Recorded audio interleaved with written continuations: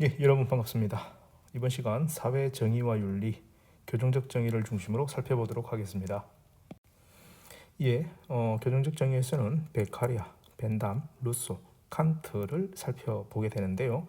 먼저 베카리아에 대해서 살펴보도록 하겠습니다. 베카리아는 공리주의적 관점과 사회계약론적 관점, 이 두 가지의 관점을 지닌 학자로서 우선 사형에 대해서는 반대 입장을 보이고 있습니다. 자, 공리주의적 관점이기 때문에 아무래도 유용성의 원리를 중요한 기준으로 삼고 있습니다.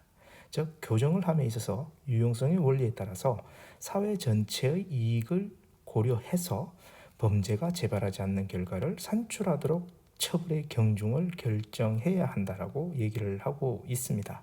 하지만 이 사형에 있어서는 사회계약론적 관점에서 어떤 사람도 생명을 빼앗을 권리를 양도하지 않았기 때문에 사형은 사회계약으로 성립할 수 없다는 인간 존엄성을 존중하고 있는 면을 보이고 있습니다.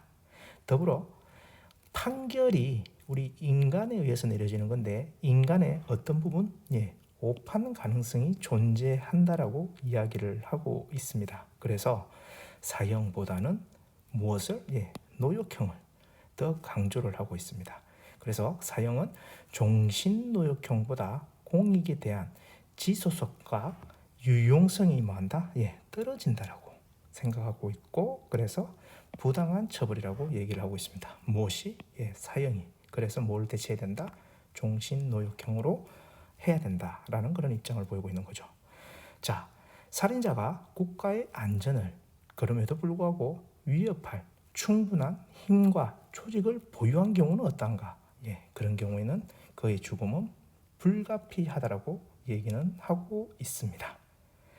자, 이번에는 벤담의 관점에서 살펴보겠습니다. 벤담은 조건부 찬성입니다. 조건부 찬성. 어떤 입장이죠? 당연히 공리주의죠. 역시 유용성의 원리입니다. 사회 전체의 이익을 고려해서 범죄가 재발하지 않는 결과를 산출하도록 처벌의 경중을 결정해야 된다는 겁니다. 이 경중을 따져서 필요한 경우에는 사형을 할 수 있고, 경중을 따져서 사형까지 가지 않아도 되겠다라는 판단이 서게 된다고 하면 사형을 반대하는 그런 조건부 찬성의 입장을 보인다는 겁니다. 자, 공리주의이기 때문에 기본적인 베이스는 처벌 자체는 뭐죠?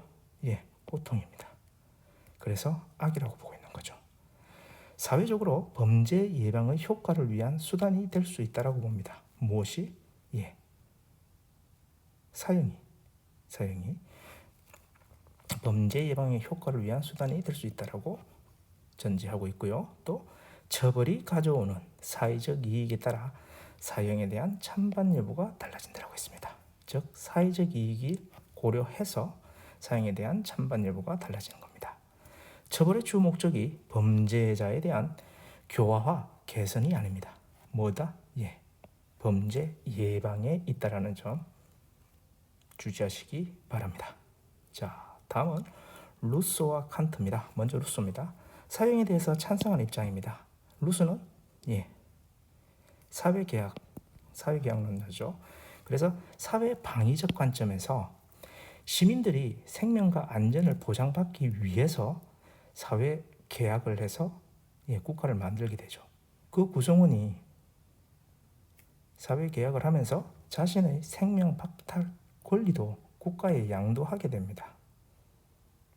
따라서 형벌이라는 것은 사회 계약 위반에 대한 배상이라는 관점입니다. 구성원이 그 계약을 어겼다라는 거죠.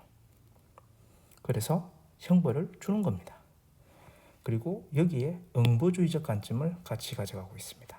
타인의 생명을 침해한 살인자는 역시 뭐한다? 본인의 권리 역시 잃어버리는 겁니다. 즉, 구성원이기를 포기한 것으로 간주한다라는 거죠. 그래서 이런 면에서 응보주의적 관점을 가지고 있다는 겁니다.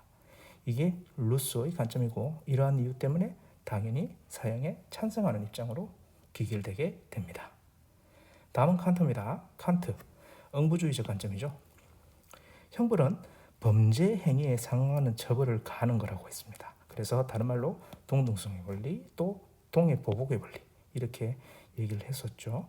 그래서 보복 외의 다른 목적이 되어서는 안 된다라는 것이 칸트의 기본적인 전제입니다.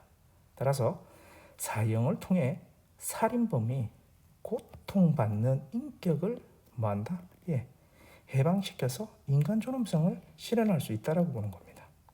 여기에 역시 인간 존중의 이념이 깔려 있는 겁니다. 그렇게 하는 것이 공적 정의에 부합하는 것이고 공적 정의 실현 수단에 될 수 있게 되는 겁니다. 짧게나마 우리 교정적 정의에서 다루고 있는 4명의 사상가들 입장을 살펴보았습니다.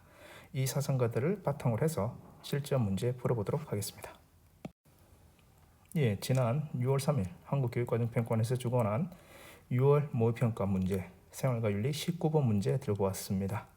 자, 내용 보겠습니다. 가의 가불병 사상가들의 입장에서 서로에게 제기할 수 있는 비판을 나 그림으로 표현할 때 AF에 해당하는 내용으로 가장 적절한 것을 묻고 있습니다. 먼저 가불병 사상가들이 누구인지를 먼저 살펴보겠습니다. 자, 법은 사회적 결함의 계약 조건이다. 계약 조건이다. 일단 계약이라는 부분이 나왔고요. 그리고 법에 복종하는 시민들이 법의 제정자가 되어야 된다. 법의 제정자가 되어야 된다. 입법권을 가지고 있다는 얘기입니다. 그리고 법은 일반 의지에 의해, 일반 의지까지 강조하고 있죠. 사회계약론자 루소입니다. 루소. 일반 의지와 반대되는 개념 뭐가 있다고 했죠? 특수 의지죠. 자, 그 다음 을 보겠습니다.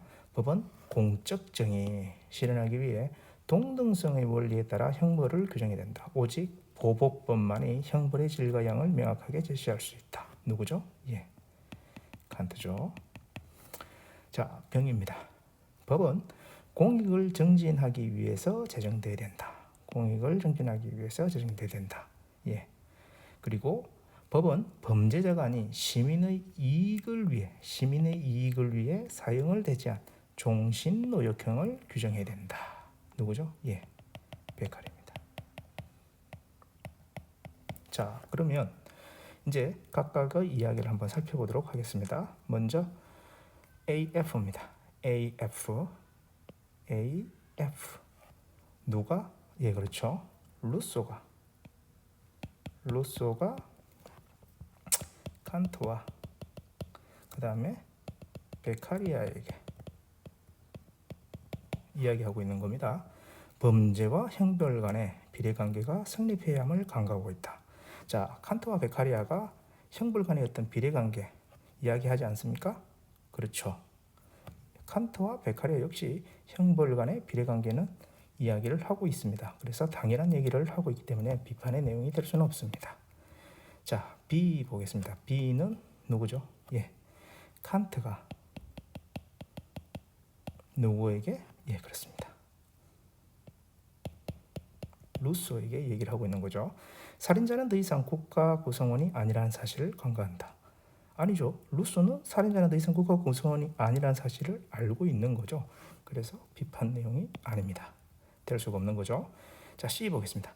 사형은 범죄 억제력이 전혀 없는 잔혹한 형벌뿐임을 간과한다. 자, C는 어디 있죠?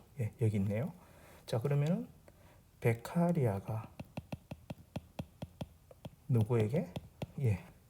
칸트에게 얘기하는 건데 문제는 베카리아 입장이 틀린 거죠. 범죄 억제력이 전혀 없는 잔혹한 형벌을 베카리아는 사형이라는 것이 범죄 억제력이 전혀 없다라고는 얘기하지 않았습니다. 그래서 잘못된 내용이 되겠습니다.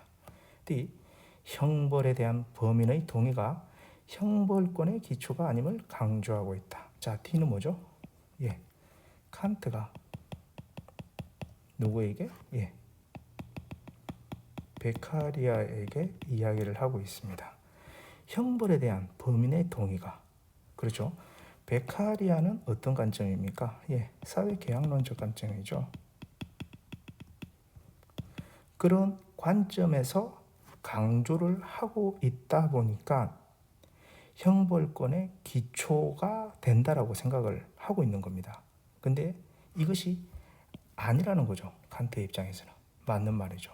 형벌에 대한 범인의 동의가 형법권의 기초가 아님을 알아야 되는데 베카리아는 이 부분을 고수하고 있는 겁니다. 그래서 칸트가 충분히 베카리아에게 비판할 수 있는 내용이 되겠습니다. 5번 볼게요. 사형제 존폐를 계약자의 생명 보존을 위해 정해야 함을 간과한다. 이는 누구죠? 베카리아가 베카리아가 누구에게? 루소에게 이야기를 하고 있는 건데, 루소 사형제 존폐를 계약자의 생명 보존을 위해 정해야 함을 간과한다? 아니죠. 루소의 입장입니다. 루소가 그것을 알고 있는 거죠. 그래서 이것도 비판 내용이 잘못된 겁니다. 그래서 답은 몇 번이 된다? 4번이 되겠습니다. 차분히 교정적 정의는 각 사상가의 입장을 고려한다라고 한다면 충분히 풀 수 있는 문제입니다. 자, 그래서 다음에도 이와 관련된 문제가 나온다라고 하면은 당황하지 마시고 차분하게 문제를 분석해서 풀 수 있도록 해 봅시다. 오늘 수업은 여기서 마치도록 하겠습니다.